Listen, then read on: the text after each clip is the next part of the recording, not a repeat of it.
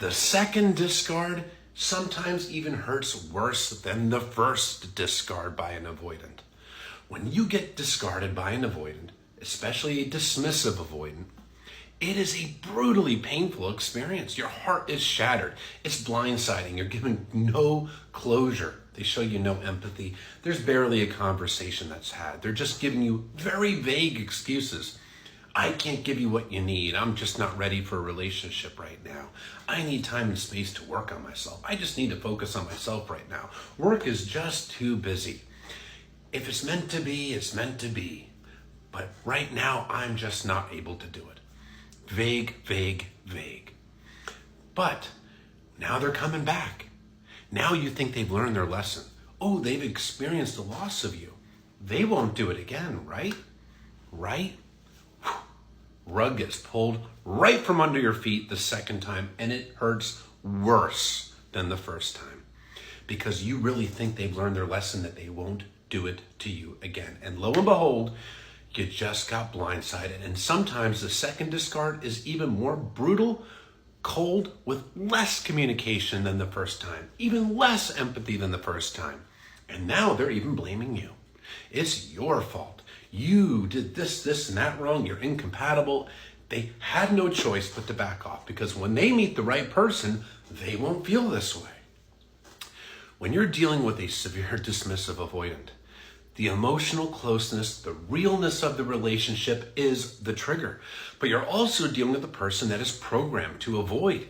And that includes avoiding self-reflection and avoiding accountability. They genuinely do not know that it is their own insecurities sabotaging the relationship. They think it must be that you are the wrong person for them. And they're blaming it on any perceived little faults that they can find in you, so they don't have to self-reflect and take accountability. Accountability pokes at that deep wound of shame. Shame, defectiveness, it's the core wound of a dismissive avoidant. And it goes back to their childhood, where they were on the receiving end of consistent childhood emotional neglect, not given that love and nurturing that they needed as a child. And due to that neglect, they personalized it growing up to feel defective and unlovable. That's why they put walls up around their heart. That's why they fear intimacy, because their fear, which largely is subconscious, some are consciously aware of it.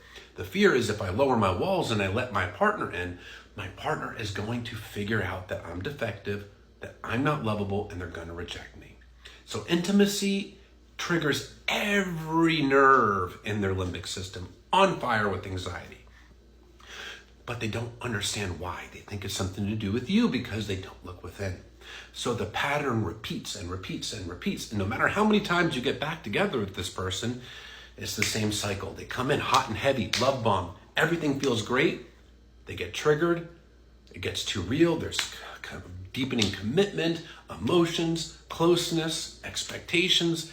They start to flip the switch. They go cold on you. They deactivate, pull away, and then discard. And they'll do it over and over again. If not with you, then with another partner. The one exception to the rule is if they get into a relationship with somebody who's emotionally unavailable, such as a narcissist or another dismissive avoidant or something along those kind of lines, because there's no threat of emotional intimacy in that relationship. They don't have to be vulnerable with a partner that's also emotionally unavailable. So the emotionally unavailable partner doesn't trigger their attachment wounds, especially if this person's narcissistic, because narcissists are very dismissive of emotions, which feels safe to the dismissive avoidant. It's toxic, but it feels safe. It doesn't trigger their wounds. Yes, there are some exceptions where a dismissive avoidant can actually commit and marry a person that is emotionally available, but that's usually because of family and societal, cultural expectations to get married and have kids.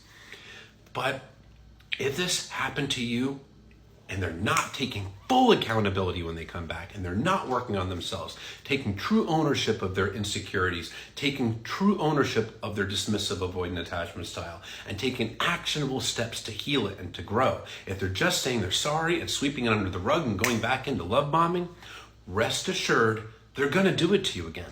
You're going to get that rug pulled from under your feet again, and your heart will be shattered all over again. If they want to come back, you are under no obligation to give them a second chance. They hurt you, you don't have to take them back. You can hold those boundaries.